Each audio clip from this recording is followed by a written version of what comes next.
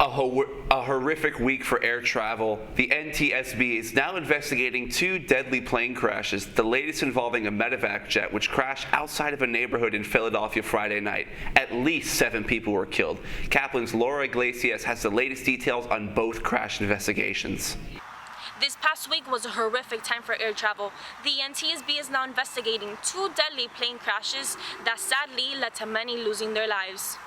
The National Transportation Safety Board now investigating 2 deadly plane crashes just days apart. The first, an American Airlines plane and a U.S. Army Black Hawk helicopter colliding in Washington, D.C. Wednesday night. All 67 people involved killed. The latest involving a medevac jet which crashed into a neighborhood in northeast Philadelphia Friday night, causing a fiery explosion on the ground, terrifying people nearby. Oh my goodness. All I could see was a big ball of flames in the sky. And it shook the entire building. The whole building shook. I was in shock. I'm still in shock. Like, this is insane. The jet was carrying 6 people, including a pediatric patient and her mother.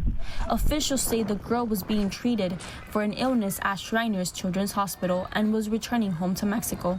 It was only afloat for a very short period of time before something went terribly wrong and it crashed.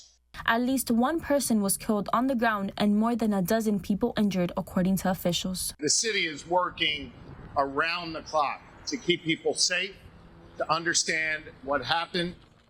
The NTSB also investigating the crash involving an American Airlines flight from Wichita, Kansas, that was trying to land at Reagan National Airport when it collided with the U.S. Army helicopter. An internal preliminary report from the FAA shows staffing was not normal for the time of day and volume of traffic, according to the New York Times.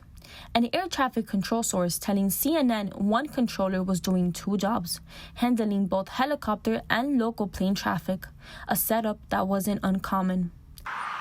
There is still so much more information to uncover. We wait to hear more during these upcoming days. For Caplin News, I'm Laura Iglesias.